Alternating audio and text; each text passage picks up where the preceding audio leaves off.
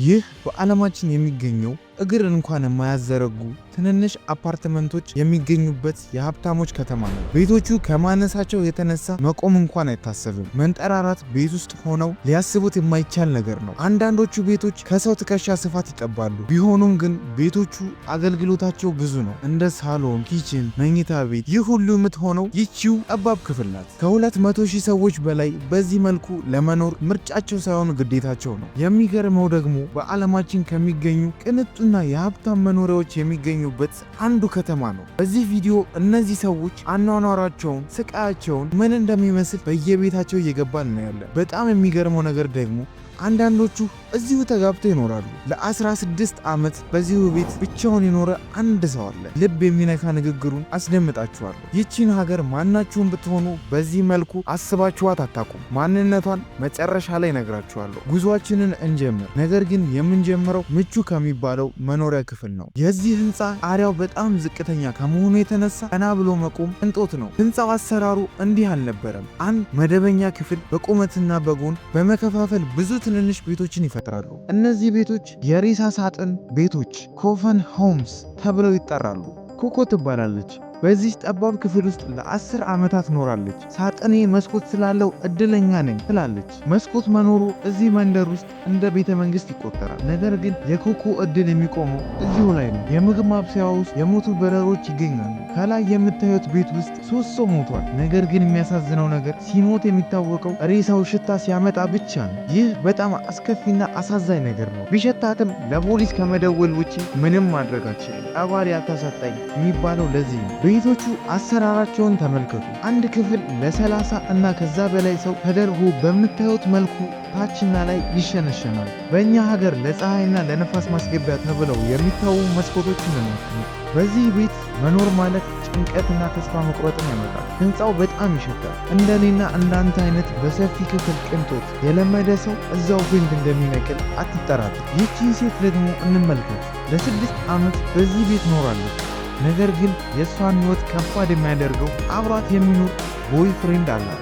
አስቡት ይቺ ቤት ስንቱን እንደቻለች። ቤቷ አይደለም ለሁለት ለአንድ ሰው እንኳን አትበቃም። በግድግዳው ላይ ልብሶችና ቦርሳዎች ይደረደራሉ። በአንድ ጎን ደግሞ መደርደሪያዎች፣ ሶኬቶች ይገኛሉ። ከአልጋ ስር ደግሞ የንጽህና መጠበቂያዎች እናገኛለን። መጀመሪያ እንዳየነው ክፍል ይህኛው መስኮት የለው። ስለዚህ ለሽታና ለሙቀት ፋን መጠቀም ግድ ይላል። እሷም እንግዲህ ከሙቀቱ ለመዳን ፀጉሯን አሳጥራ ተቆርጣለች። በዚህ ክፍል ልብስ መቀየር 10 ደቂቃዎችን ይወስዳል። የምትለብሰውን በመገለባበጥ ካልሆነ የማይሆን ነገር ነው። ከጠበበው ቦታ በላይ የሚያሰቃየው ነገር ግን ትኋን ነው። በሺዎች የሚቆጠሩ ትኋኖች በየሌሊቱ ደማቸውን ይጠጡታል። ብዙዎቹ ነዋሪዎች የደም ማነስ ሰለባ ይሆናሉ።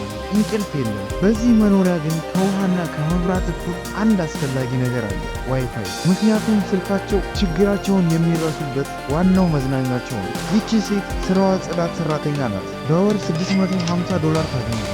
የሚገርመው ነገር ለዚህ ትንሽዬ ሳጥን ቤት ደግሞ የደሞዟን ግማሹን ትከፍለዋለች።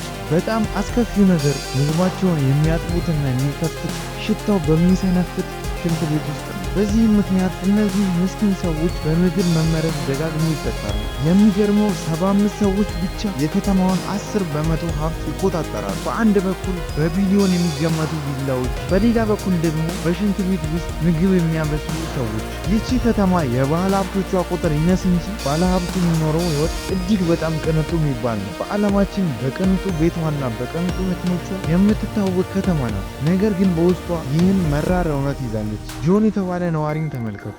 ትልቅ ሰው ነው። ትከሻው ከቤቱ ስፋት ይበልጣል። በሩን መዝጋት አይችልም። ለምንድን ነው የምትኖረው ተብሎ ሲጠየቅ መልሱ አጭር ነው፣ ምንም ምርጫ ስለሌለ። እነዚህ ሰዎች በፊታቸው ላይ የሚነበበው ጥልቅ የሆነ ተስፋ መቁረጥ ነው። ስልካቸው ብቸኛው ማምለጫቸው ነው። በዚያች ጠባብ ሳጥን ውስጥ ሆነው ዓለምን በስክሪን ያሉ። በ10 ዓመት ውስጥ ራስን የት ታገኘዋለህ ተብለው ሲጠየቁ አብዛኞቹ የሚሰጡት መልስ አንድ ነው፣ መቃብር ውስጥ። አሳዛኙ እውነታ ግን መቃብር እንኳን በዚህ ከተማ ውድ መሆኑ ነው። አንድ ትንሽ የመቃብር ቦታ $128,000 የአሜሪካን ዶላር ሊያስወጣ ይችላል። በህይወት እያላችሁ በሳጥን ውስጥ እንደኖራችሁ ሁሉ ስትሞቱ አመዳችሁ በጫማ ሳጥን በሚያክል ክፍል ውስጥ ይቀመጣል። እዚህ ከተማ ውስጥ መኖርም መሞትም ውድ ነው። አሁን አንድ ነገር ልንገራችሁ። በዚህ ከተማ እንደምንም ለፍቶ ቆጥቦ ቤት ለመግዛት ካሰበ መግዣውን ሲሰማ ወሽመጡ መቆረጡ አይቀርም። ለአንድ ትንሽዬ ክፍል ቤት ከ1 ሚሊዮን ዶላር በላይ ይጠይቃል። ግዢው ይቅርብኝ ኖርማል ቤት ልከራይ ካላችሁ ደግሞ በወር ከ4000 ዶላር ጀምሮ ያስፈልጋችኋል። በዚህ ከተማ የሚኖሩ እስረኞች በነፃነት ከሚኖሩት ከእነዚህ 200,000 ሰዎች የተሻለ ምቾት አላቸው። አንድ እስረኛ 80 ስኩዌር ፊት ቦታ ይሰጠዋል። የግል ሽንት ቤት አለው። ቀና ብሎ መቆም ይችላል። በሌላ አነጋገር ሕግን አክብሮ በድህነት ከመኖር ይልቅ ወንጀል ሰርቶ መታሰር ሰፊ ቦታ ያስገኛል። ነፃነት ከእስር ቤት ያነሰ ቦታ ሲሰጥህ ነፃነትህ ትርጉሙ ምንድን ነው የሚለው ጥያቄ መምጣቱ የማይቀር ነው። በመጨረሻም የዚህን ሰው ሕይወት እንመልከት።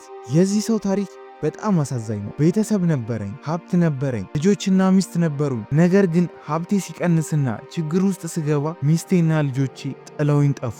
ላናግራቸው ስሞክር ያባረሩኛል። ልጆቼ ድሃ ስለሆንኩ አይፈልጉኝም ሲል የ63 ዓመቱ አዛውንት በሐዘን ይናገራል። ነገር ግን ለዚህ ሰው ምንም ዓለም ፊቷን ብታዞሩበትም ሁሌም ቢሆን ጠዋት ፈጣሪውን ሳያመሰግን ቀኑን አይጀምርም። ባላችሁበት ምንም አይነት የህይወት ፈተናም ሆነ ችግር ቢገጥማችሁ ፈጣሪያችሁን ከማመስገን እንዳትቆጠቡ። እና ይቺ በዓለም ላይ ካሉ እጅግ ውድ ከተማ ማናት ካላችሁ በቻይና ሀገር የምትገኘው ሆንግ ኮንግ ከተማ ትባላለች። ከውጭ ስትታይ እጅግ የምታምር የምታንጸባርቅ ከተማ ናት። ውስጧ ግን ሌላ መራር እውነት ይዛለች። መንግስት እስከ 2049 ድረስ ይህንን ችግር ለመፍታት ቃል ገብቷል። ነገር ግን ለጆን ለኮኮና ለሺዎች የሚቆጠሩ አዛውንቶች በ2049 በጣም ሩቅ ነው። ቀጣዩን ቀን ማየት ብቻ ለነሱ ትልቅ ፈተና ነው።